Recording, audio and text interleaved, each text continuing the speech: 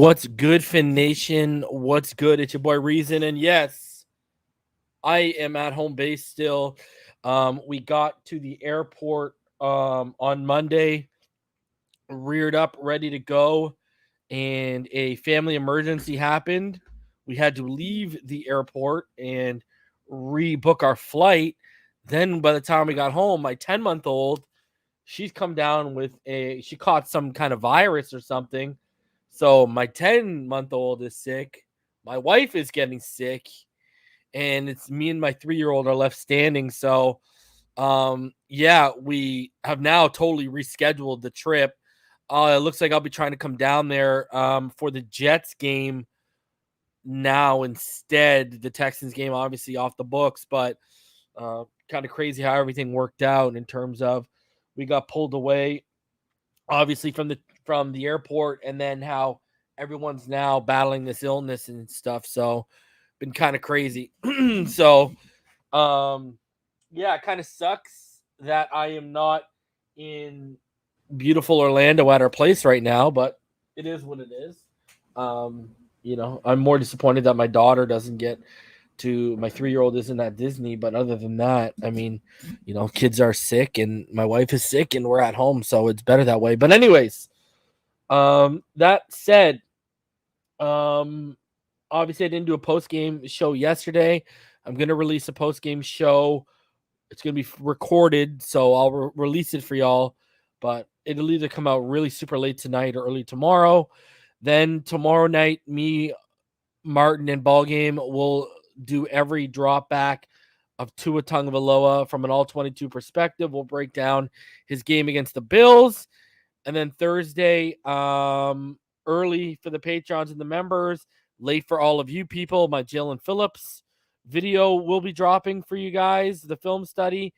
And then on Friday, we will do the preview show and then Sunday live reaction. So that's the schedule for this week now. So you're going to have content over the next 6 days. You'll have content for 5 of those days. But today was a big day for obviously the NFL and everyone involved in this.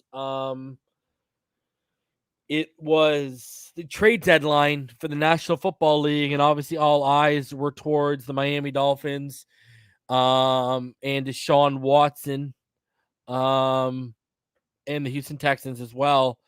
And obviously a deal was not struck, and we'll talk about all that. But a couple hours ago, it got even worse PR-wise and publicly for the Miami Dolphins. It's absolutely turning into an ugly situation, and I will not be surprised if because people are already asking for Stephen Ross to sell the team. People are already losing their minds, and we'll get into that because it's not a good look. It's not a good look right now how this is turning into, and this is going deeper than Watson and Tua Tagovailoa right now. I need people to understand that this is going deeper than the actual players involved on all this. But let's talk about this, and then I'm going to open up to you guys to get your thoughts. But let's start off. Let's talk about. Okay, so obviously the deadline passed 4:01. Deshaun Watson was not a Miami Dolphin, but reports have been indicating since last night that a deal was not going to get struck. I mean, you guys saw the reports coming out last week about they wanted clarity from the legalities and clarity from the league. I was telling you what my people have been telling you guys, which is basically like along the same lines. And so obviously no deal is struck, but I do want to chronologically go over how everything went down. Because it's kind of interesting. So, all right. And guys, if you're new here, smash that like button, subscribe, click the bell so you get notifications every time I go live. If you aren't new here, smash that like button and make sure that bell is clicked. All right, let's get into this. Let's just hop right in. Because there's a ton to go over here. And we got some what is that? Deny. Okay, so let's start off with how things went down. So it basically was started to become official around 2:18.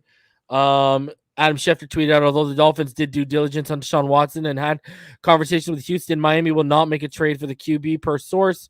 Dolphins owner Stephen Ross, who had contingencies that needed to be met for any deal, made the final decision not to move forward. This is who I've been telling y'all the whole time. I've been telling y'all since I've been hearing since the summer that Ross was not giving them the final sign off. And now it's publicly, knowledge that Ross made the decision to go against making the deal. So that came out, just after 2:00. And then now, if we got even more to go over here. So, and then as we go deeper into it, here is what Cameron Wolf had to say about this. Was Cameron Wolf and Ian Rappaport this morning. This is what they had to say regarding any potential deal that could possibly be. Andrew, Ian, there's a reason why he wasn't that strong, because there is interest. There is a chance. But I talked to people over the last 24, 48 hours about it, and I've been told two words: unlikely and doubtful about a deal potentially happening before this deadline. I've been here all day at the Dolphins facility, and the vibe has been status quo, I would say. Players have been doing their light workouts. Coaches have been watching film here on the Texans. And one staffer actually said to me, we're not just sitting here on our phones waiting for a deal to drop. We've got a losing streak to stop. And ironically, they play the Texans this week when they're trying to stop that 7-game losing streak. Look, the Dolphins are definitely interested in DeShaun. They've had multiple conversations with the Texans over what feels like the longest trade rumblings we've ever seen. But I think there's a lot of elements here into this. Ian talked about some of it, the legal issues for DeShaun Watson. I think there's a price that the Texans want for this. And the Dolphins, for an extent, feel like they don't want to bid against themselves. They know DeShaun wants to come here. There's a lot of teams that have been dropping out. Why not wait? So I think that if DeShaun isn't traded by the deadline, this isn't going to go away. Next March is the next time he'd be able to be traded for the trade deadline, and we'd have more information on that. And the Dolphins will be able to see 9 more games of Tua Tagovailoa as their starting quarterback. He's handled this situation well. People in the building have been impressed with what's a difficult situation. I would probably say an unfair situation he's been handed, but he's got to do it on the field. He's got to prove that they are the reason why he can win. And so far, we haven't seen that consistently. So if it doesn't happen by 4 p.m. today, don't think that this conversation won't continue into the offseason. Okay, so there you go. Cam Wolf basically saying it's obviously going to continue in the offseason, especially if Tua Tagovailoa doesn't do his part. And we've always said, Tua, his fate is in his hands. He's the only one who can make this all stop.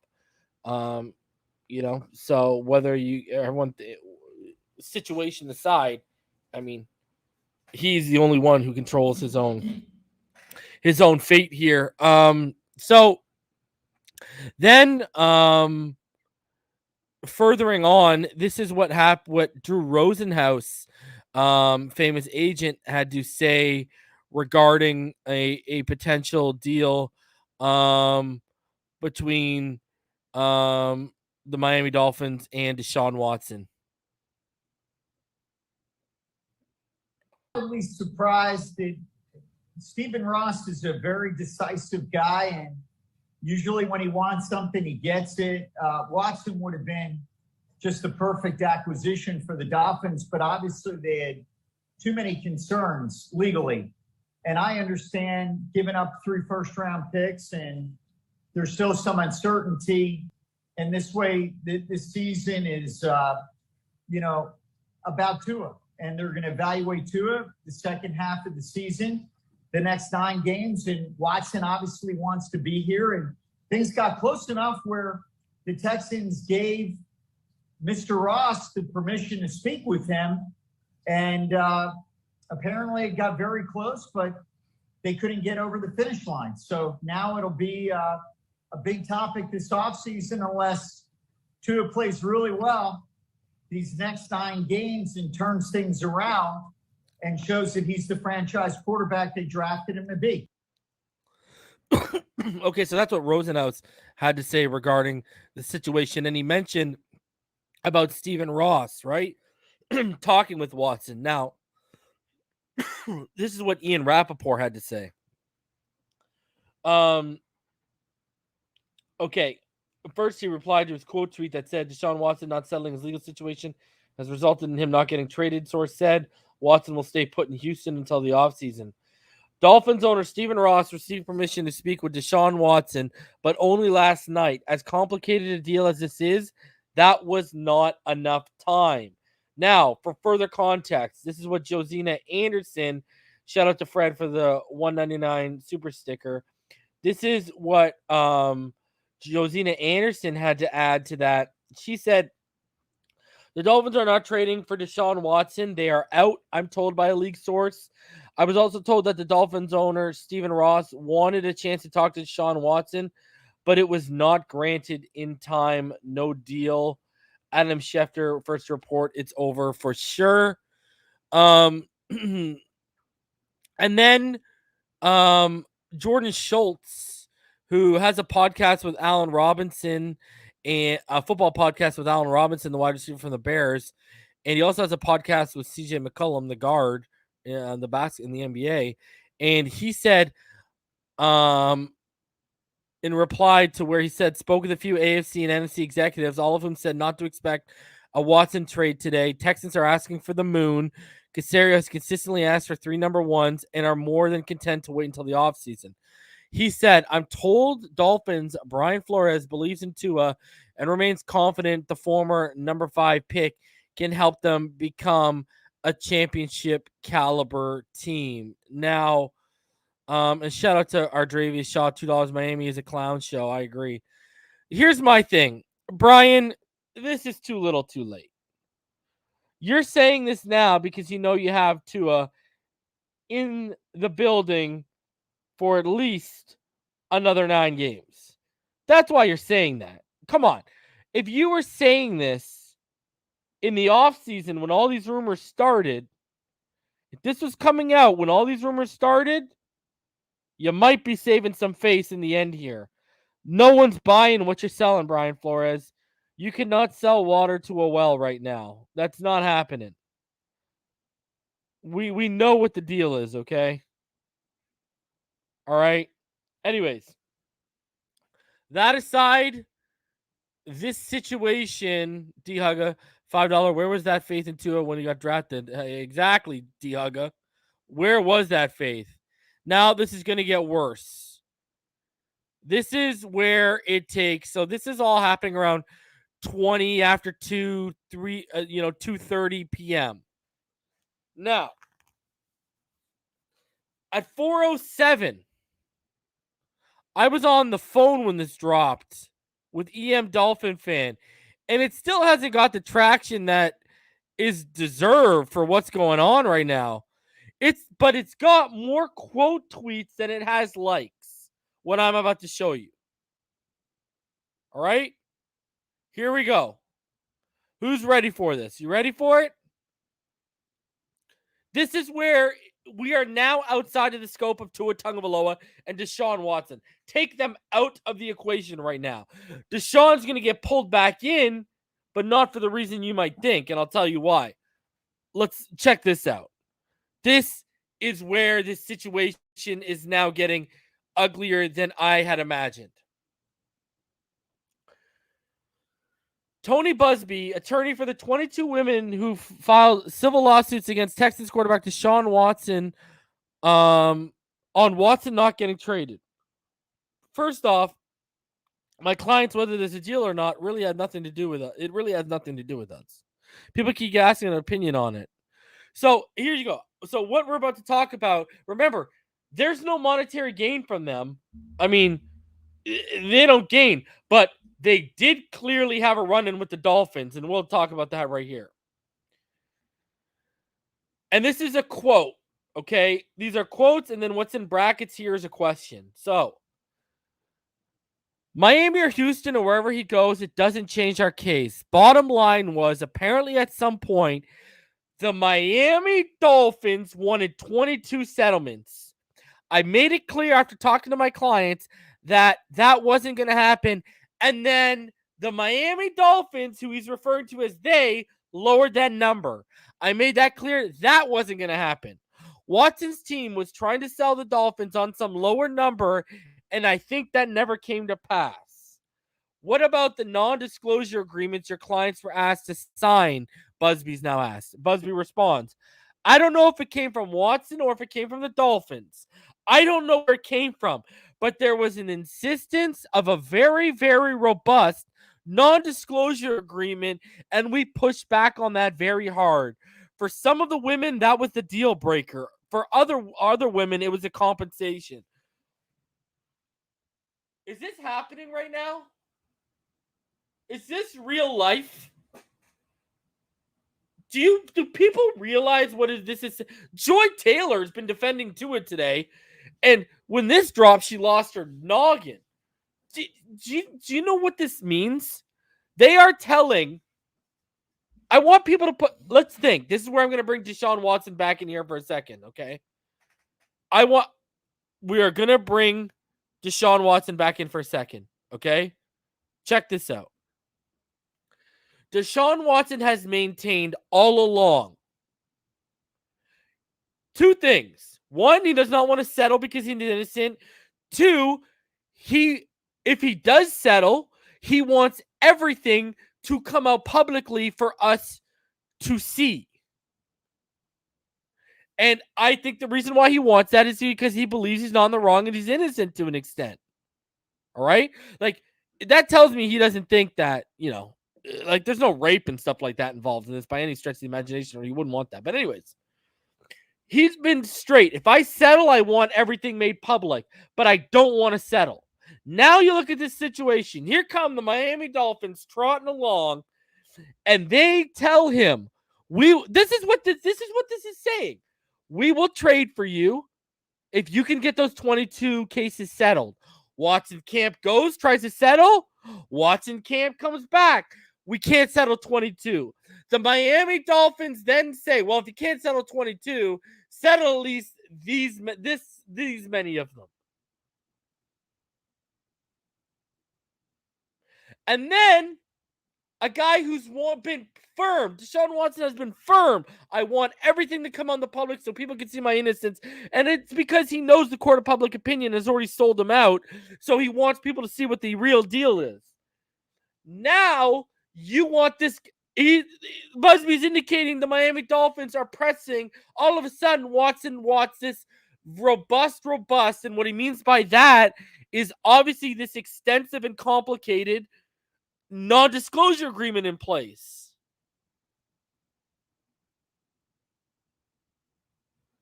This is ridiculous.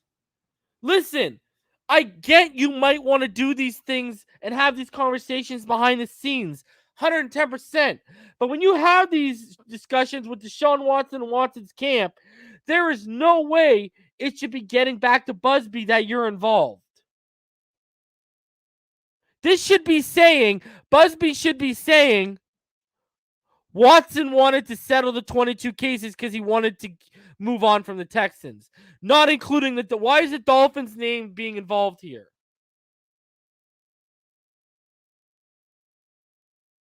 This is where this is getting ugly. This is where it's getting bigger than DeShaun Watson and Tua Tagovailoa right now. Because right now, I have not once called Watson scum. But this move right here by the Miami Dolphins, this move is scum. I think the Dolphins look scummier than Watson does. Look at Watson. I don't want to settle. But if I do settle, I want everything made public because I want y'all to see that it's not what they're trying to make it out to be. These guys are coming around saying, no. We want an NDA and we want... Do you realize what they're doing here? They are basically This is a version of the Miami Dolphins organization. They're showing you right now they don't care about even DeShaun Watson, the person. All they care about is DeShaun Watson, the player. Look at they're making DeShaun Watson go against fundamental beliefs he's had since this process started, all because they want him. They don't care what happens to Watson or like, I want y'all to realize this. They are putting an African American man in a situation where if he settles, everyone's going to assume he's guilty.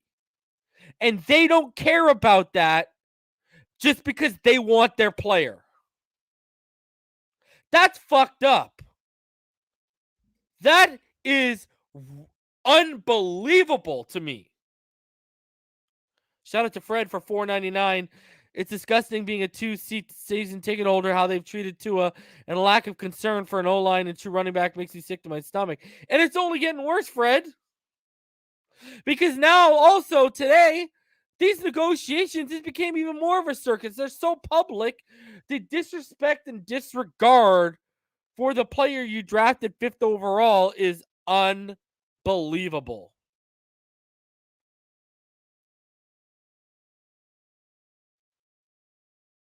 That is unreal.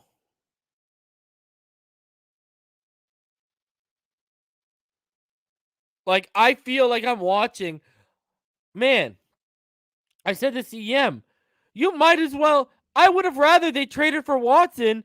The PR nightmare or the PR backlash of having to explain why you traded for a guy with those many allegations is easier than explaining why you're putting your hand in the cookie jar, why you're pushing the player to settle, and why you're pushing an NDA on the situation.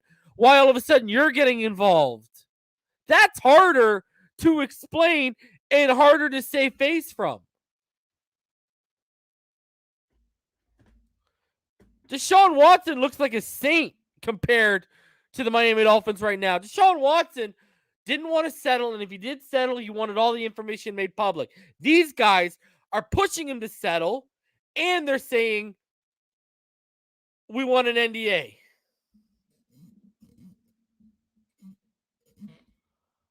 Unbelievable. And it's embarrassing. It's absolutely embarrassing. And they always preach about how they want to draft people with good character, and character is always important. And take DeShaun Watson out of the situation. Look at the character they themselves are showing. Just like they don't hold themselves to the same standard they're holding Tua performance-wise, because if they did, this coaching staff would be out the door. They would have fired themselves a long time ago. Now they don't hold themselves to that same character spiel they give us. It's all a bunch of bullshit. I'm sorry. I never said this before, and I'll say it now. Ross needs to fucking activate his succession plan to Beal. Beal needs to come in and blow everything up. Anyone who signed off on this happening, goodbye.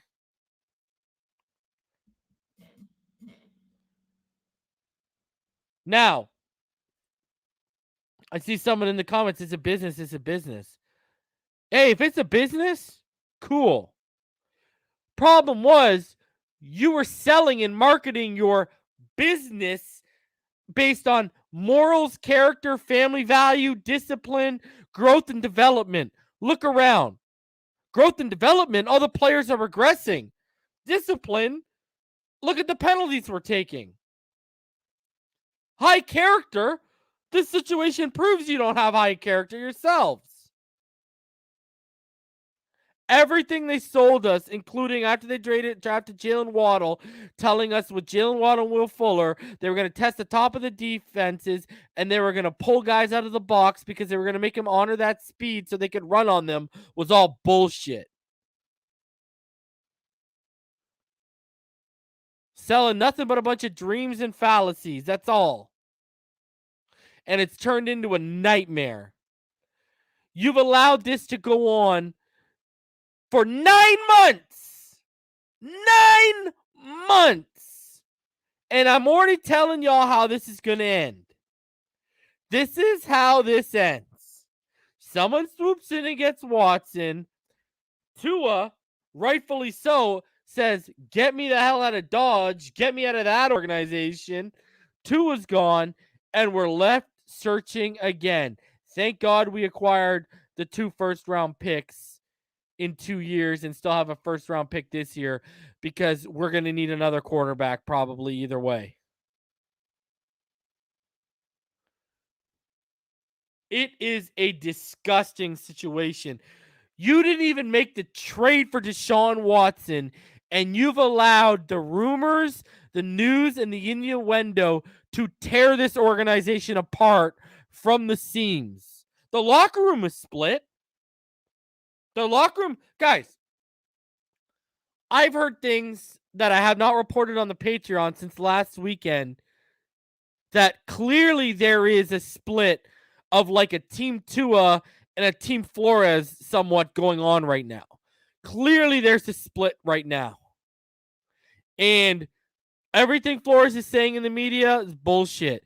Anything coming out from Tua's camp, you have to keep your eyes up on because right now I'm telling you, it seems like there is a split. The divorce is imminent.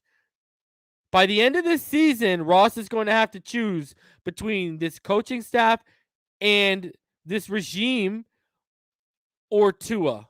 And unless Tua balls out the next 9 games, this is why I said in the offseason, I need Tua to ball out so we can earn that cachet in Stephen Ross's. I've been saying that since the offseason. Tua needs to ball out so he earns the cachet in Stephen Ross's office. Well, you got 9 games.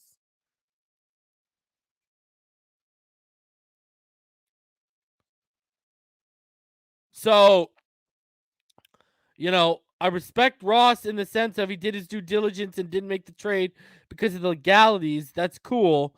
But now when you dig deeper and see how involved they were trying to get the legalities sorted out, that makes you raise your eyebrows a little bit. The Miami Dolphins have operated this whole time. Listen, what have I said? Watson is innocent until proven guilty, just like those women that are accusing him. You have to take what they're saying at face value until they're proven to be otherwise in the court of law. The Miami Dolphins, through this whole situation, have operated under the notion of who gives a shit about these women in this legal situation. Let's just get it out of the way so we can acquire a player. That's not good.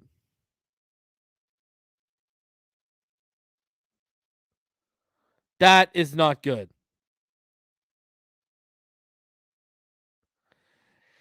And now because of the Xavier Howard distractions, now because of the Tua Watson distractions, you've lost this season. You've got disgruntled veterans saying they want to retire. I'm hearing Will Fuller wanted to retire. That report that PFN had from Adam Beasley about a prominent NFL player for the Dolphins that wanted to retire from the game, that was Xavier Howard, I was told. So now you got all these guys. Bro, and now Fuller's injury is taking even longer. They announced it yesterday. I think they announced it yesterday. He's going to be out for even more weeks. You think, I've been saying it, you think he wants to be here, Will Fuller, right now? Hell no. And the Dolphins don't trade anyone today. They don't make a single trade. They don't go get picks. They do nothing. They don't fill holes. Like, I mean, continuing on here, stepping away from the Busby stuff for a second right now. Look at this. The Dolphins reportedly got calls on Parker. They wanted to keep him. There was no attempt to purge veterans for draft picks. Dolphins believe the roster was built to win now, even though they haven't up to this point in this season. So now they're not trading guys for picks because they believe they can win with this roster. Guys, do I got to be the one to tell you this guy's not going to be, DVP ain't going to be back next year? What are we doing? If you could get a third for him or a fourth, you make that trade. Tua's working with a bunch of, fourth, fifth stringers anyways. Like it even matters what you do with Parker. And then when Parker does do good in the first quarter, you get away from him for the rest of the game. Shout out to the Bills fan. Vlad says signing Fuller at $10 million was a huge mistake. Bro, I was saying from the get-go, give me Corey Linsley. They give me Will Fuller. Okay. Thanks. How's that working out? So, they didn't move Parker. And then, incidentally, back to Watson for a sec. Now the reality of the situation is as follows, ladies and gentlemen. After 4 p.m. today, Watson cannot be traded until March 16, 2020.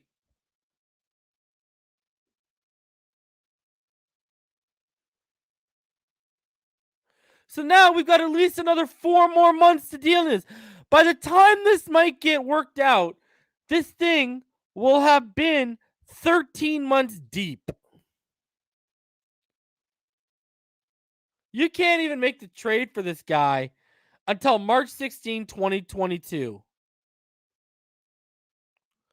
Like, this is such a disaster. It is unbelievable. Like, I'm ready to move on with my life. I've been saying since the summer with Watson, either shit or get off the pot. We are now heading into week 9, and this stuff is still going to linger. Like,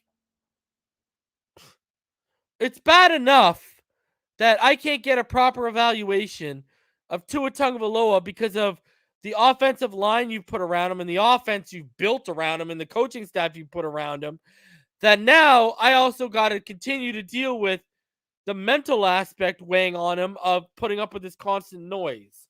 Like, if you look at what they've done on the field to what they've done off the field, name me where they put this kid in a position to succeed, which leads me to what I've been saying about Watson. Tell me how they're going to put Watson in a position to succeed.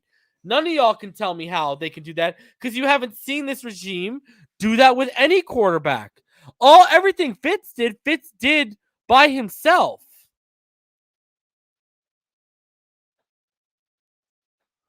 So tell me how they're going to put DeShaun Watson in a position to win a championship with.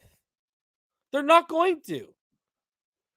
Under this regime, they would be a perennial first round or second round knockout with DeShaun Watson in the playoffs. Stop lying to yourselves.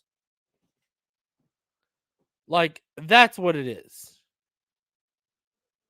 Like, that's just the reality of the situation right now. And I can't believe that I'm sitting here. You could have spent some of your assets today on strengthening the offensive line. I don't know. Maybe trying to get a running back, Ronald Jones out of Tampa or something. There's something you could have been doing. Ronnie Omar Khan from the Steelers. That's who I was on the short list for the Texans. I also like Ed Dodds from Indianapolis. I can't believe. I don't think this is the team for anyone right now, Dem Funks.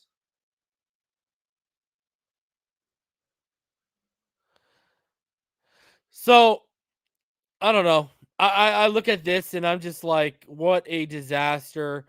I didn't think they could allow the situation to get even uglier, and they've turned this into a car accident you're watching happen right before your eyes into a train wreck that you have to look away from. And it's just Jeff Creed reason know any wide receivers that can run a 1 point. Hey, people don't realize a 4.27 40-yard dash, that's also a straight line. You're not cutting, you're not fighting through a jam, you're not doing anything of that. I mean, people need to realize we're a quick passing, like try to dice you with 1,000 cuts offense because the offensive line cannot hold a block for 3 seconds. So that's why they're at where they're at right now. That's why they didn't switch it up when Brissett came in. Why Brissett was still running that RPO stuff. And then they took the RPO stuff out because he obviously wasn't a good enough decision maker for it at times, which we highlighted on our all 22 here. But yeah, what an absolute disaster to be a part of. Florida born, what's going on, buddy? Man, what a shit show. It just keeps getting uglier and uglier. Bro, it's ugly, dude. I mean, bro, I'm sorry, go ahead. I didn't mean to cut you off. No, go ahead. I mean, exactly like you said, though, man. Like, how bad does that make us look? Like, I feel like they were trying to sell their soul for a win, man. Like, that shit's did it bad. before. Kanye West said it best. Sold my soul to the devil, and the price was cheap. Facts. They did it before. They had to go undefeated somehow. Yeah, I know, eh? Z-Man, what's up, buddy? What are you thinking of the situation? Man, we are definitely cursed. I think someone else need to go undefeated so they can take this off our back. We had this forever, and it all just been going downhill. But the Dolphins are gonna be the Dolphins, you know. They're gonna try to do whatever it takes to get that one player, and I guess selling their soul is worth it. Shady. Steven Ross is old anyway, right? Yeah, not old. He's not old enough though.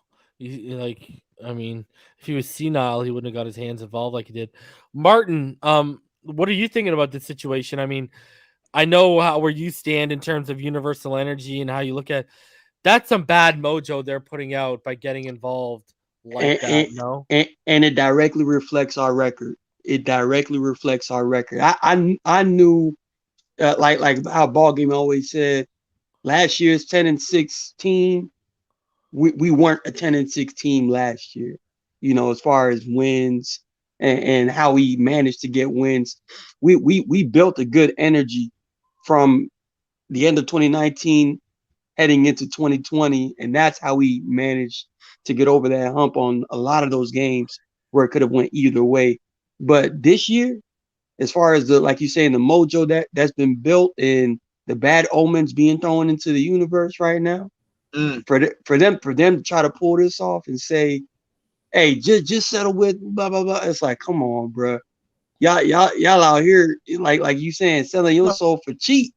You know what I mean? Like this is you think it can't get any worse, but lo and behold, Logan's look said it all, bro. Logan said that. But before we get to Logan, look at what this says. Good luck getting the best version of someone while you are undermining their confidence that you believe in them. Damn. Mic drop. Ouch. Logan, what's going on, bro? That's tough. Just watching the dumpster fire burn right in front of us. Right. Oof.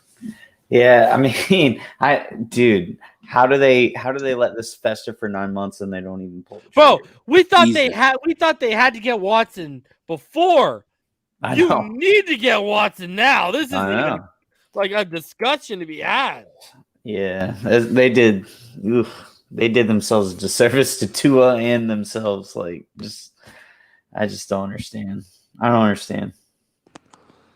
The Lex Luthor of the Dolphins community, Dylan. What's up? Yeah.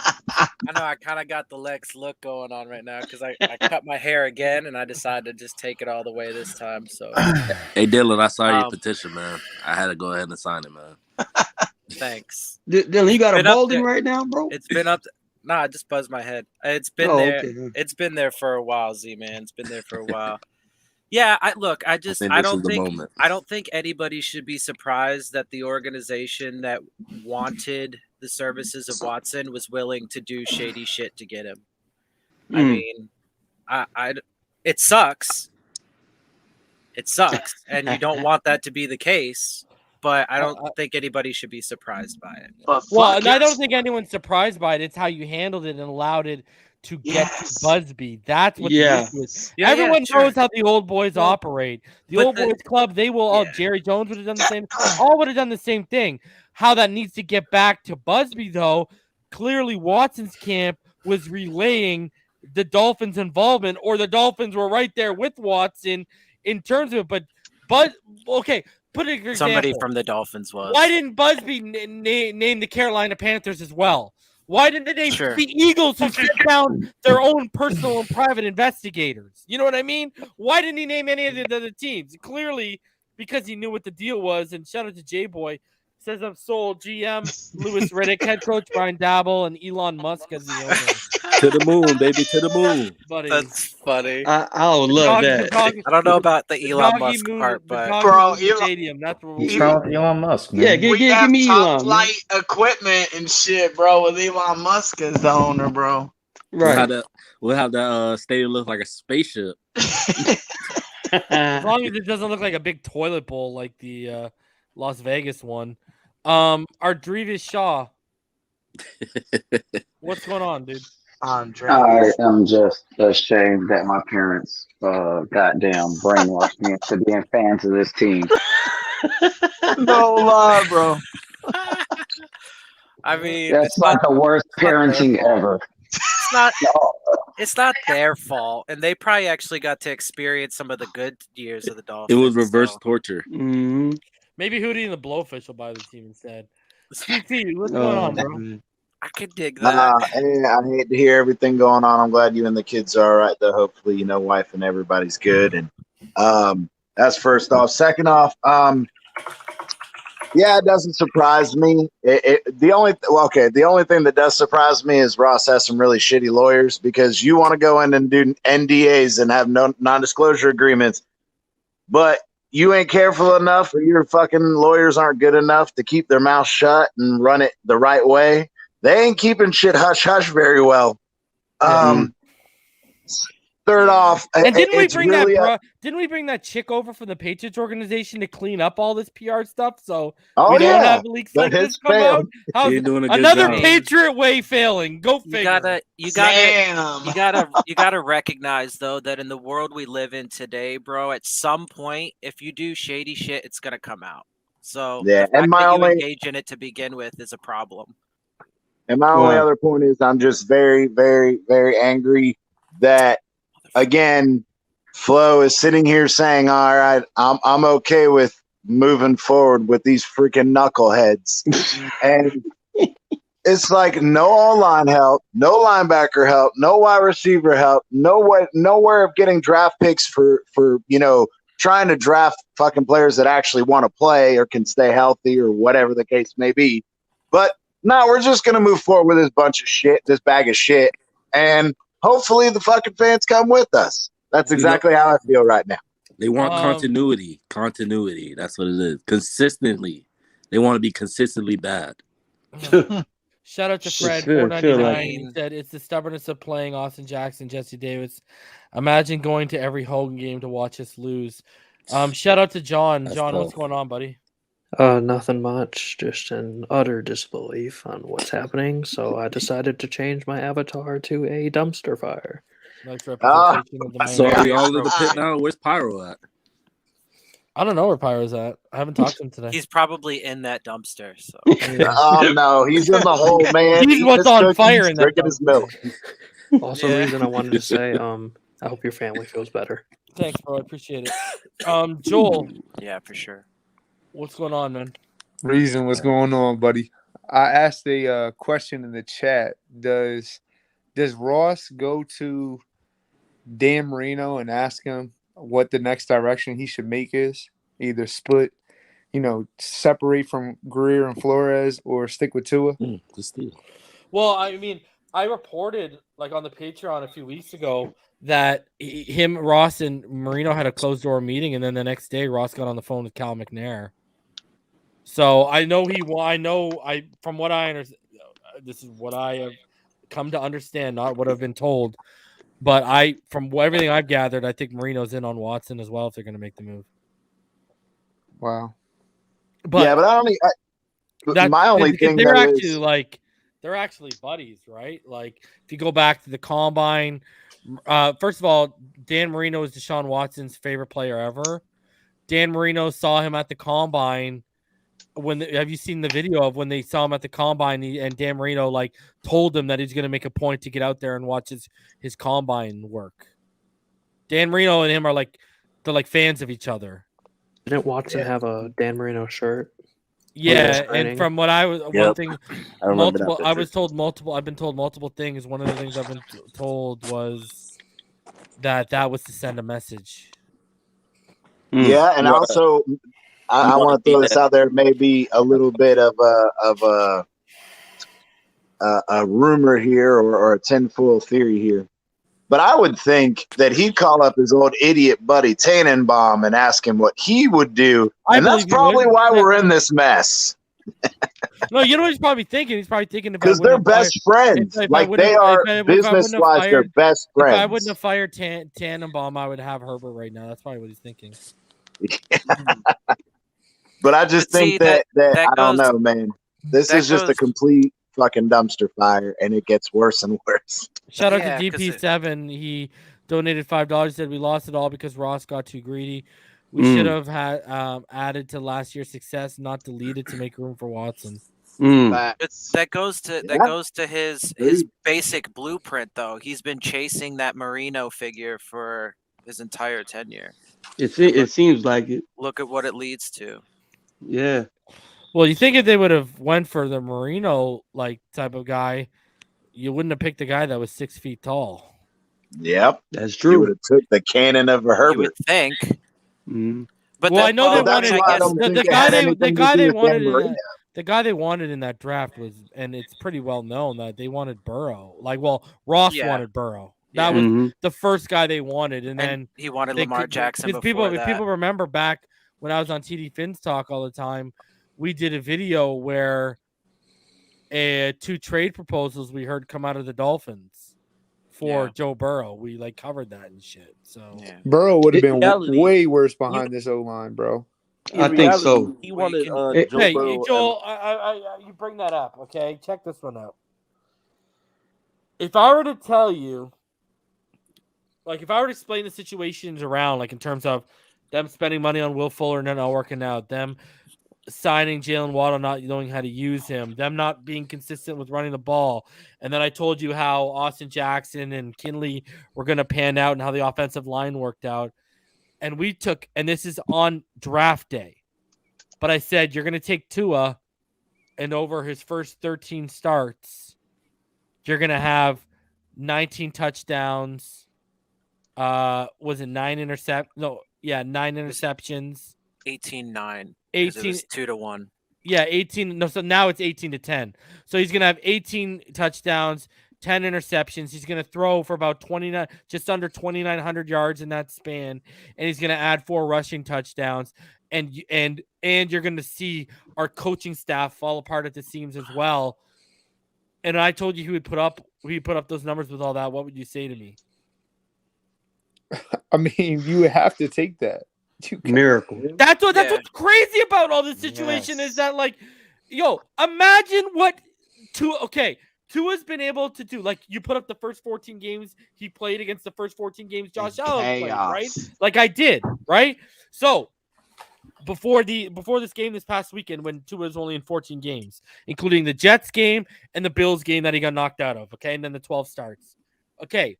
So he had over 2,600 yards, an 89 passer rating, and 18-9 touchdown interceptions, okay?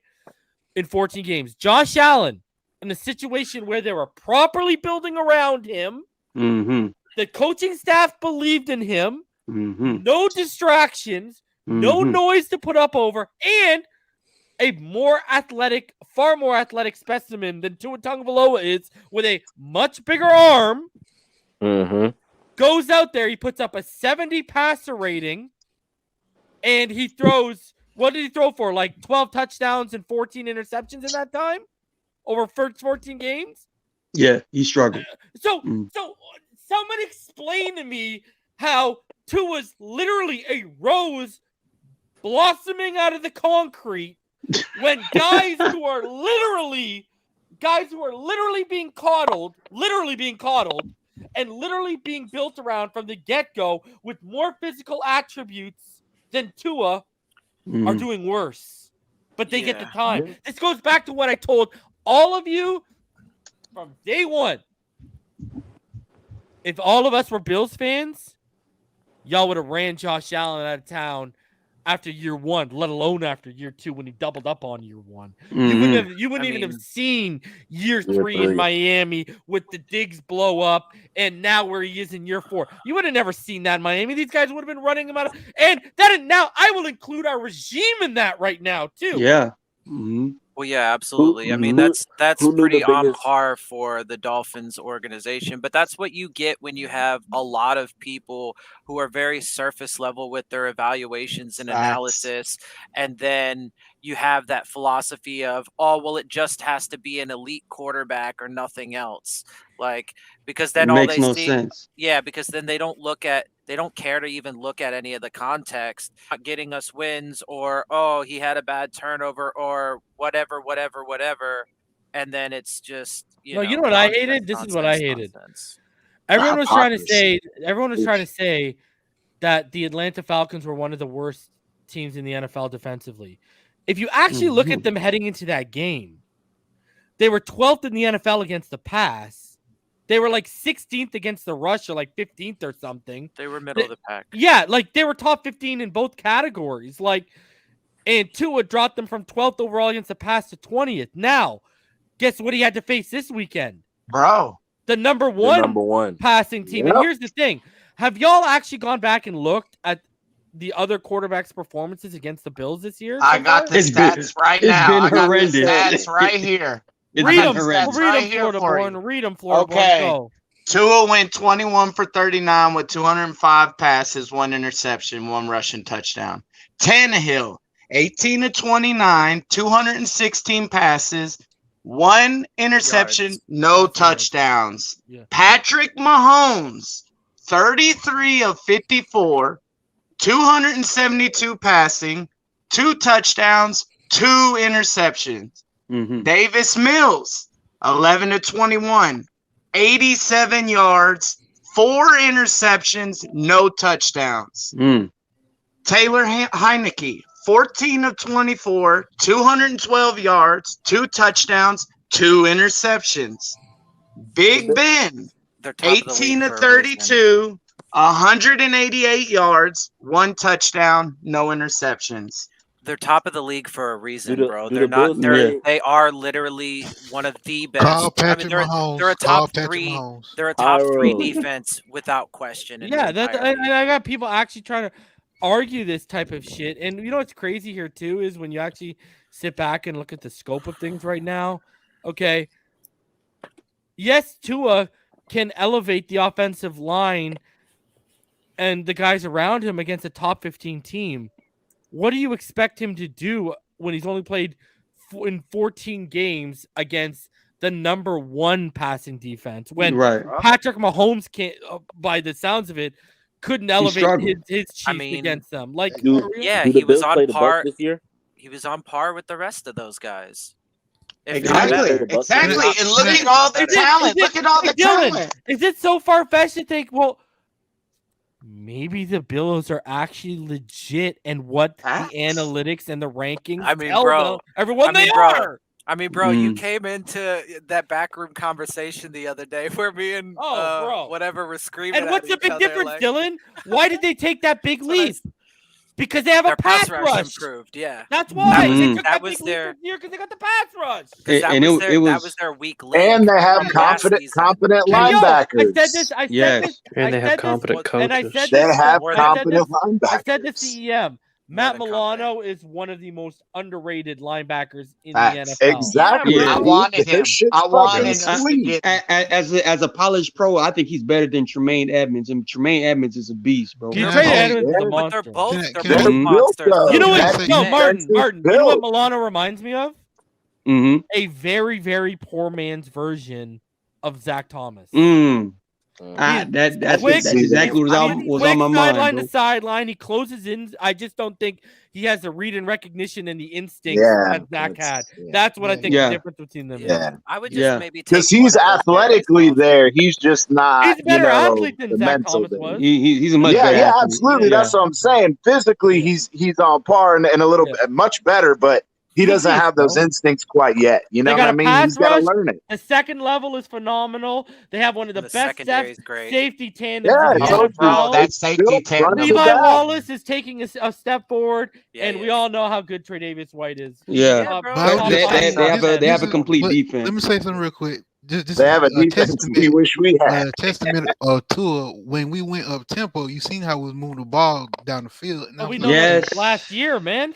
Yes, but that's what I'm saying. Like, why we? I don't know why we always shy away. Bro, I don't know why we do anything anymore, bro.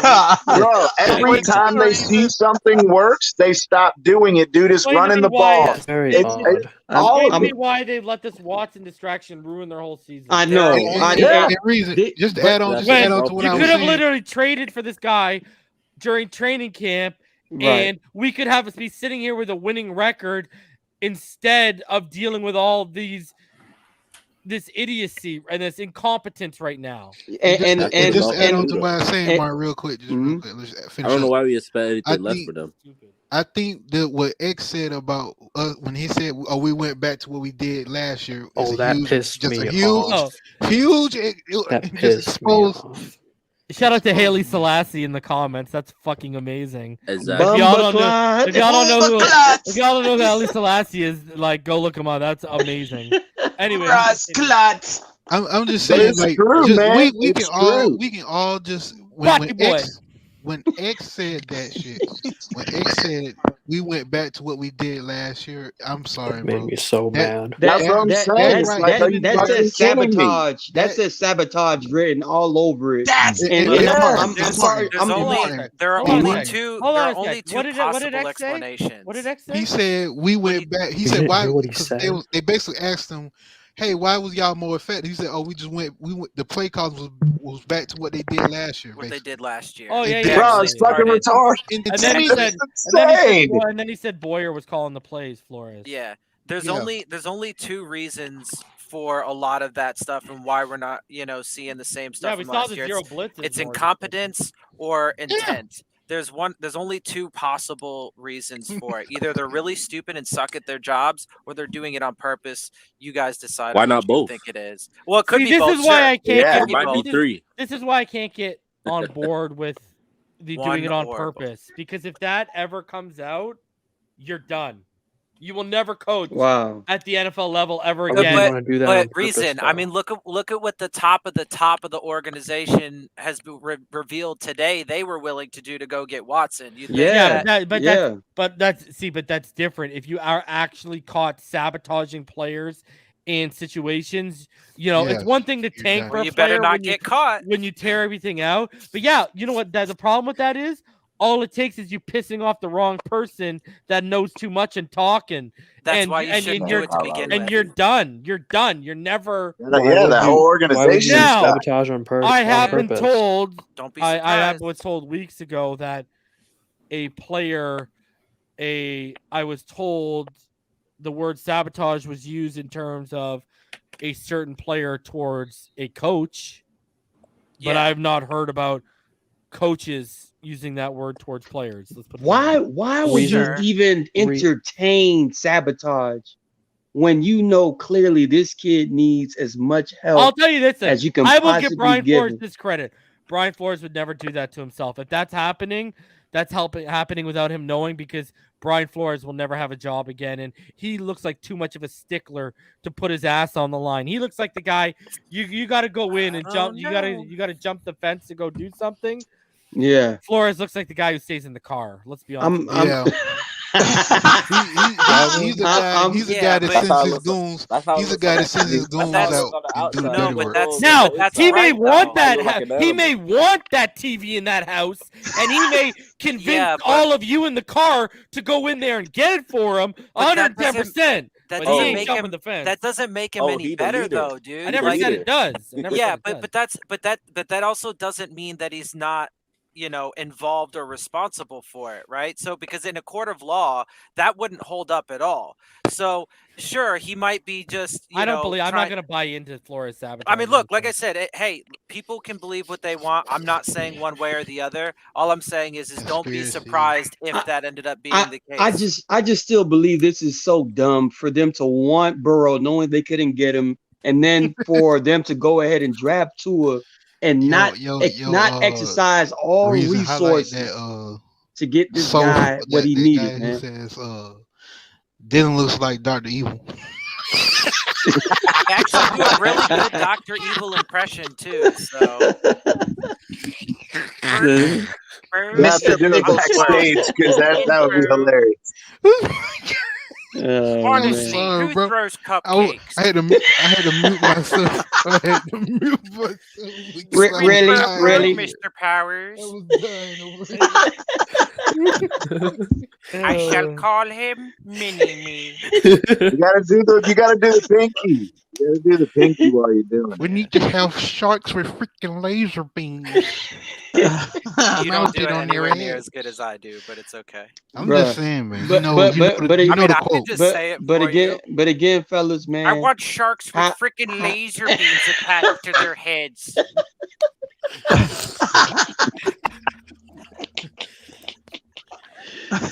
Oh my Let's talk goodness. with Dr. Evil. All I know is I need to my hit on this.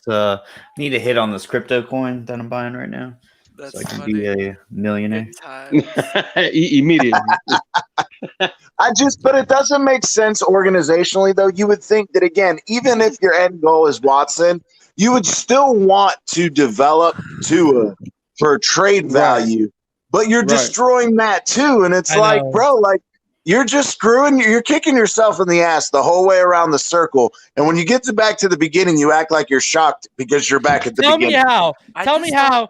Tell me how he's looked far better than Josh Rosen could ever imagine he would look, and yet you're probably diminished this kid's value with how you handled this situation worse than what Rosen's was. And Rosen was a worse kept secret too because everyone knows he was being traded by the draft.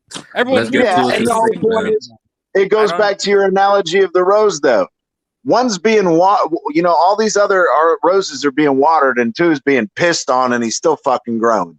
And it's like, bro, Well, technically, there's no denying that he has the it factor. We've seen that in games over and over. So no, he's not a strong arm quarterback, but he's mobile enough. And again, he's 14 games in, and he's showing not even the statistical part, which has come with it, but again, the fact that he's maturing, he's growing, he's learning. You see that he's on par statistically, so you can dropping the bombs over here. Ronnie says, "Wait, this is the same organization that made Ricky Williams come out of retirement to pay back this team." Damn. Yeah, bro. I don't know why it surprises people that egotistical babies who want to have things their way or nothing else. The surprise is you allowed it. It's one thing to allow trade innuendo to get out there. The fact that you're allowing your hands to be this deep in the cookie jar to get out there for people, that is exactly. And you bragged about bringing that girl over from New England because she was going to keep a lid on this type of stuff. Oh boy. Yeah. Maybe he isn't the smart businessman we thought he was. She's keeping the lid all right. She's keeping the lid all right. That's all. About Flo being mad about all these leaks and stuff, and it's like, bro, it's the ship's getting leakier and leakier as you continue to lose, dude. As you continue to lose, these people have no incentive to keep it quiet. It's winning, winning fixes everything, but you start losing and shit just, man, oh my God. It's crazy. Is this the worst you guys seen the Miami Dolphins franchise as far as turmoil and just overall dysfunction? Yes. Just wait, bro. I'm telling you, it's not going to get any prettier. Nah, if you're shocked right now, we're on like Bengals, Achilles Smith, and Browns, like Trent Richardson levels right now. And you know what's funny? You know what's funny about when you say about the Browns? Because the Browns had all these draft capital, and look what happened to them, man. They had to recover from that. This feels like the Archie Manning Saints, to be honest, dog. I can't lie. You draft one of the better players in college football history, and you give him nothing. Nothing. So, hey, Martin, you down here in the hole, bro? You know what? I got my parachute, right? And I'm floating. and I'm looking down. I'm like, there is no way I'm gonna land right now. And then the Dolphins, come out and just shoot a bunch of holes in it, and you just start screaming. He's on the rope, and he's slowly being lowered down. Hey, Martin. What happened? Hey, Martin. Hey, Martin. For you, Logan, man. What's up, man? The name on everything. Hey, Martin, I had to come from the stratosphere because I was the only one that was predicting an outrageous record. So I had to come from a higher altitude. I had to drop down from Mars to that little hole. Crypto, so there was yes, I did cut the beard, and that's because I was supposed to be in Florida right now. So Crypto, no, you're the comment that's going to be the mass extinction event to the human race. Crypto was on that rocket that Shatner was on. Yeah. Would you rather be on the Dolphins, Raiders, or Lions right now? Lions. Yeah. Lions. Looks like they're real close. They're winning a lot. They're losing a lot of close games. You know. Why do you think Dan Campbell's a good coach? The PC champ. I told you, bro, it's Oklahoma drills. Henry Ruggs. Man, I don't know if people looked into the felony charges, but he's an idiot. He's a dumb. That's like a non-probationary offense. He's literally facing a prison time of 2 years because he killed. And there's reports about him. Showing signs of impairment. What did he do? He was drunk driving and he killed someone. Wasn't Josh Jacobs suspended for drunk driving? The crazy thing is, though, the league has a ride program. Look, if you ever need someone to pick you up in that situation, they'll come grab you. And look, he should have had a chauffeur. Why ain't had no chauffeur? It's sad, bro. The Raiders lost their head coach with all that fiasco. Their star young player gets hit with all this, and we still look worse than them as an organization. That is so sad, bro. Yeah, bro. Dolphins That's are like, hold cold, my bro. beer, bro. Hold my beer. And Washington football team, they're freaking their asshole up there is just sitting back laughing. He's like, thanks guys for fucking everything up. Snyder and the Washington football team going through that kind of internal investigation, and yet we look worse than them right now. Yeah, that's what I'm saying. Dan Snyder's over there like, thanks guys for fucking up, so everybody stops looking at me. I mean, you can only go up from here. You know what I'm saying? No. Somebody actually made a really good point. From the first dude in the hole, really, you're gonna say it can only go up I'm from here? being positive. What the hell, man? I can't be there positive. There is no such thing to a bottom to the barrel. I can't be positive. The barrel does not have a bottom. Like you can keep it's going. The abyss. As far. It's a whole. Human beings will always find some creative and fucked up way to make it worse. That would make it a bottomless pit. That would make it a bottomless pit. Go ahead, Martin. What point were you gonna make?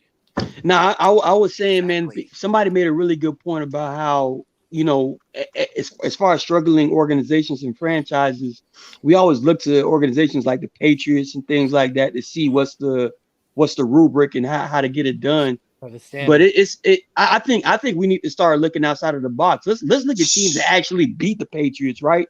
Like the New York Giants or something like that, or you know what I mean, like the Kansas City Chiefs at one point in time was just beating up on the Patriots. We look at ourselves. We got it. No. I'm talking about real successful. As far as a blueprint, Yeah, let's stop using the Patriots. I got one better for you, bro. Let's how about we just have an organization and leadership that has good core fundamental values. Why can't we be someone else's blueprint? Why can't we be someone else's blueprint? I want to become the blueprint other teams want to follow. Yes, right. I don't see that. Well, I'm saying I want to be. I'm not saying we are going on to a be. burial ground. We're in Miami where it's no rules pretty much. I said I want to be. It goes back to what Bad Santa said. Shit in one hand, wish in the other, and see which one fills up first. Okay. Reason, can I ask you a question? Because I'm having a hard time figuring out the answer to this. Why has the quarterback evaluation speeded up so quickly? Because I've seen already people on Twitter saying that Field sucks. And I think that's ridiculous. I think that's a direct reflection of people that almost like Instagram. People look at Instagram photos of other people to see what pose they should do tomorrow or something like that, right? Right. They do not. Nobody does not keep to themselves. Nobody does not look at themselves. They look at other people and say, wait a minute, why is that guy doing better than my guy? Or why is this guy doing better than my guy? Instead of let's build around our guy and see what happens when we actually build around him and believe in him. It doesn't happen no more. What Arizona did not help and really helped instill this microwave society. When they moved off of Rosen at 10, and then they ended up being right by doing so and bringing in Kyler Murray. That doesn't mean everyone's going to be right. That's the thing, yeah. I know, I agree, but look at what is the one thing in the NFL? Why do they call it a copycat league? Because literally teams will copy every trend. True. Yeah. Including the Dolphins Wildcat back in 2008. We've always said, like one of the things we used to say, well, I've always said since I joined YouTube when on TD Finstock and stuff, is the NFL is a what have you done for me lately league. And the one thing you do not have in the NFL nowadays is time. Yeah, people are super impatient. And that 18 months is the most they'll give you. Yeah, that could have something to do too with and why they actually took Tua to begin with, because they had the whole Drew Brees situation in the past, and maybe they thought, we don't want to, which actually would be somewhat of a good idea if you would have properly built around him and given him the time to actually develop into that. It's Alex Smith all over again. But that's the thing though. Alex Smith is the counterpoint. Alex Smith shows you that a number one overall pick can underachieve when he isn't in the proper situation. But then when he goes to the proper situation, Alex Smith was an MVP caliber player in Kansas City, bro. Yeah, and then that definitely was. That fast forwards to the current state of things. That is, microwave society. Hey, we're gonna just be super impatient.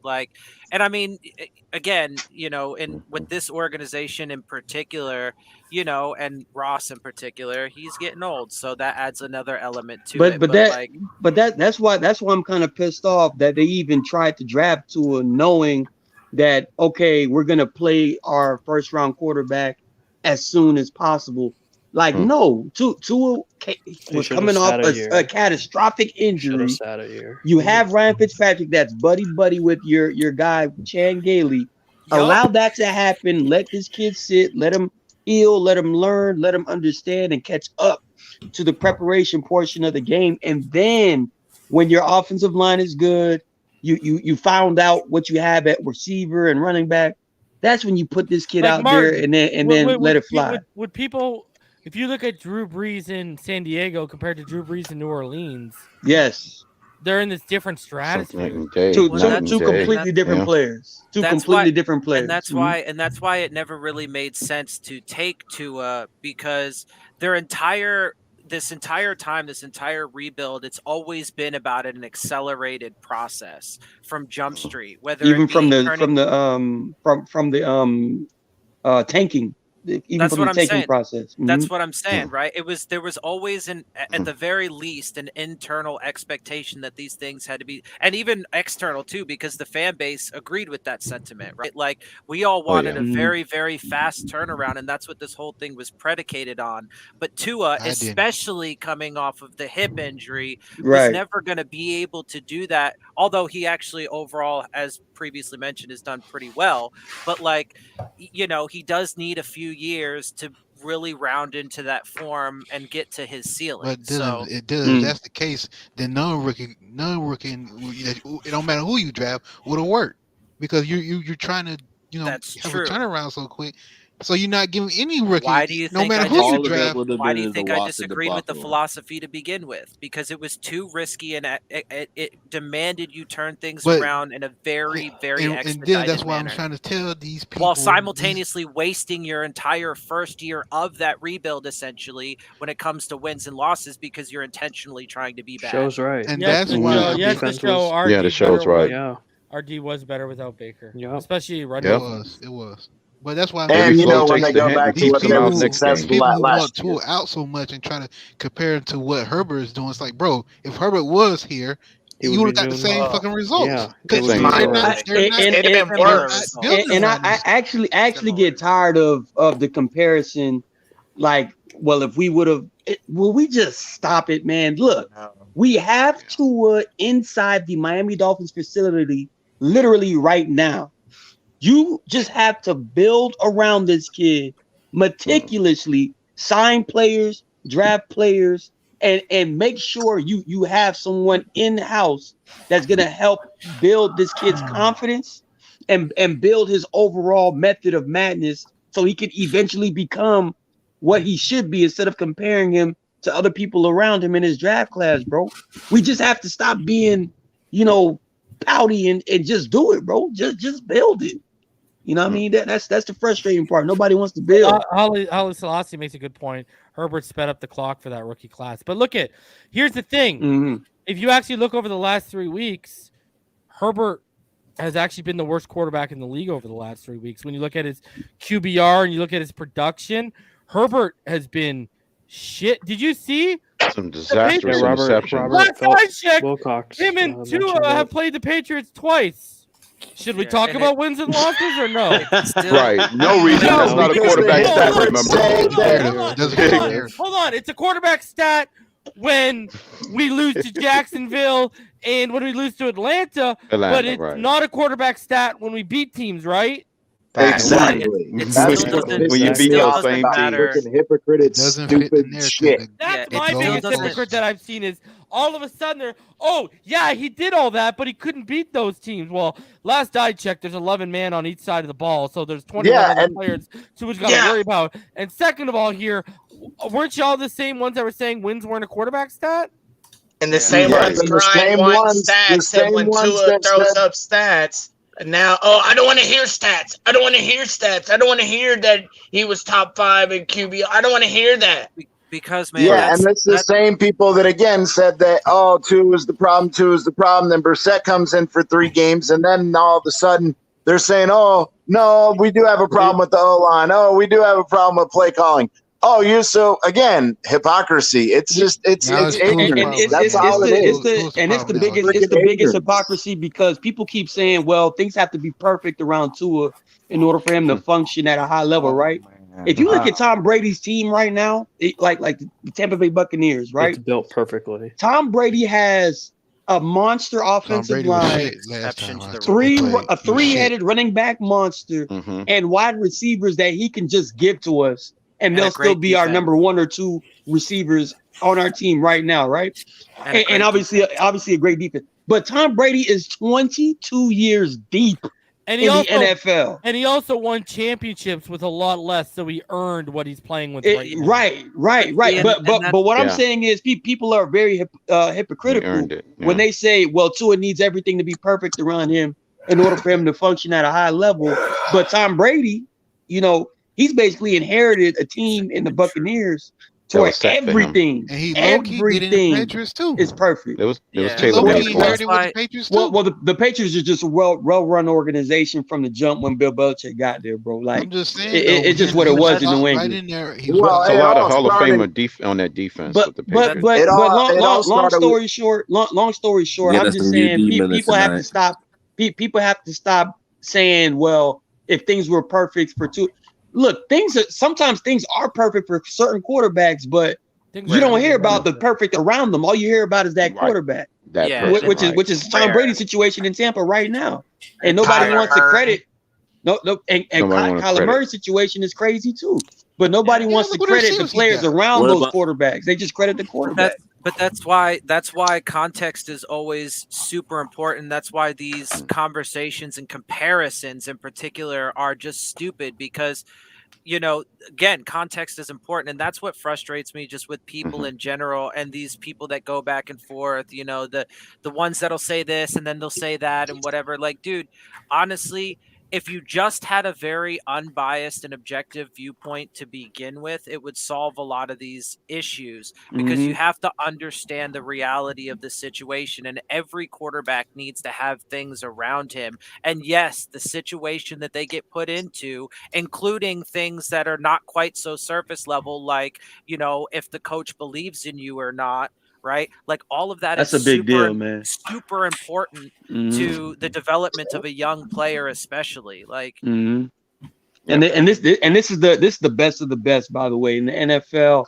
If your head coach has questions and your GM is looking for another guy, and you're in there and that's the case, and they're not helping you out as far as putting everything or maxing out every resource for you, I can only imagine how Tua's handling this as far as his real human frustration about, damn, bro, I got to do this by myself. Basically, let me add one quick thing to that too, because I know Tua is a strong kid. He's a wonderful at overcoming adversity. But the problem is, and especially since he is such a sweet kid, right? Like, he's a very good kid. He's got a big heart, you can tell. The problem with that is the people with the biggest hearts get hurt the most. And they get stumped and rolled over. And I know this from personal experience, because that's how before I became Mr. Negativity, that's how I always was. I had the biggest heart. And when you get constantly shit on, that's fine. When you get constantly shit on time in and time out, it begins to weigh on you, bro. And everybody, I don't care who you are. There's not a person on this planet that is Superman, right? We all have emotions, and everybody has their breaking point. We all react in different ways to that breaking point, but eventually it comes. And he's doing his best, man. But at some point, Superman has his breaking point too. That's what's pissing me off so bad after this Bills game. The new narrative where Tua had that interview and said, "I'm not gonna go." Was born, bro. That's how you. I am not a villain.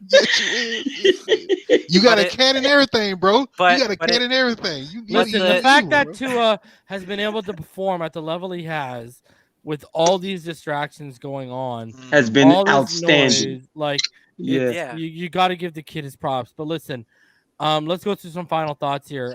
Florida born, let's start with you, buddy.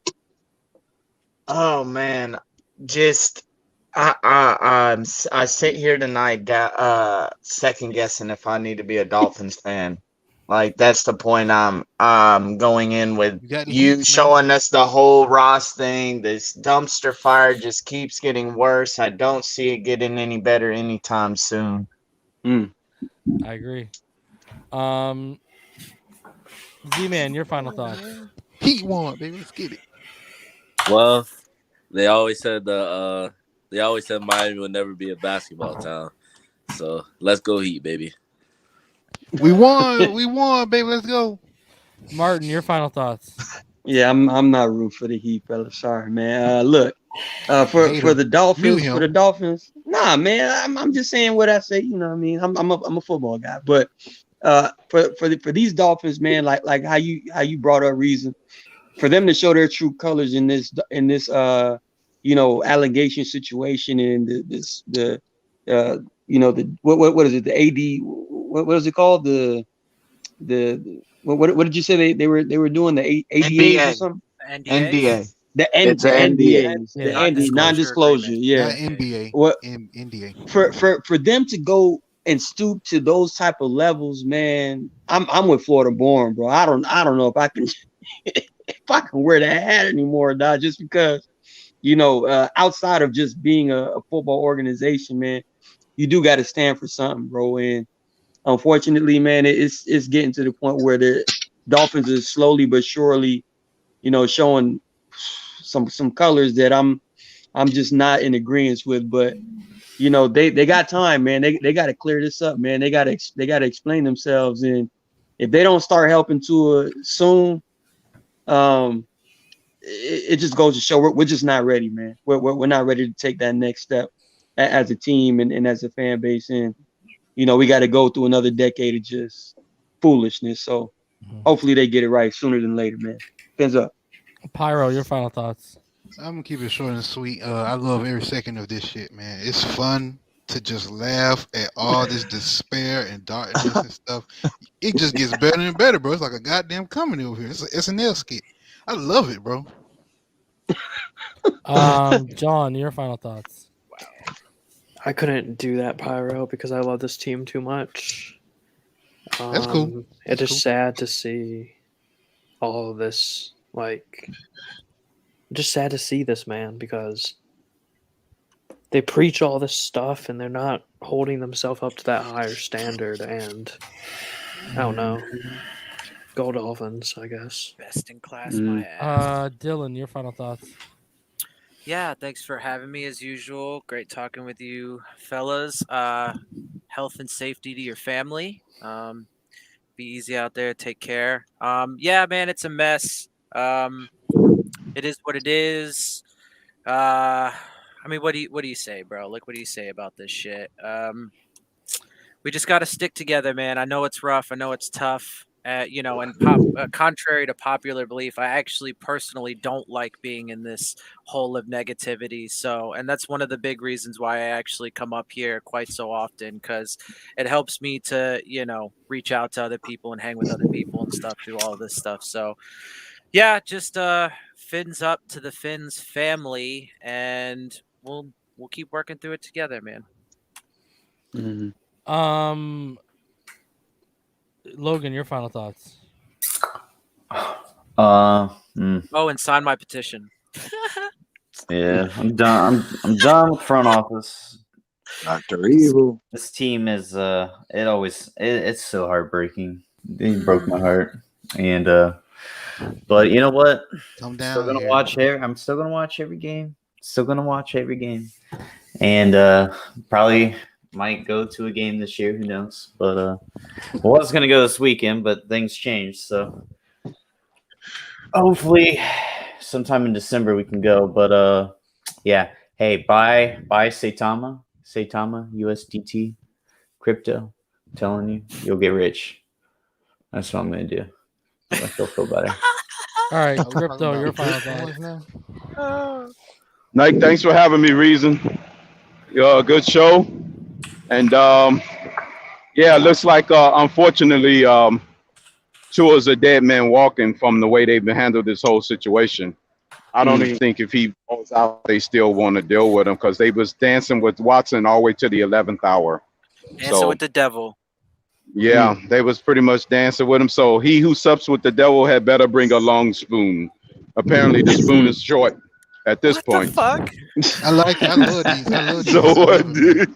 So it's something else. Keep it up. But hey, keep it up, bro. it's the only way to look forward to is to see what can happen over the next 9 weeks, Yeah, but you bust hopefully out with everything the works out. weirdest analogies, dude. I love it. Makes sense. Overall, I think again, it's very frustrating to continue the next 9 weeks with the roster we have. We obviously know Tua is not the issue, but them to neglect everything else is infuriating. The whole mess is just, it is what it is. That's just beyond belief. But and overall, just trying to figure out the next 9 weeks, seeing what we have, and hoping that so will they. Fins up. Fins up, man. All right, Don't guys. hold your breath. So be out on the lookout. I'm gonna drop my post game show either late tonight or early tomorrow. I'm gonna record it tonight either way.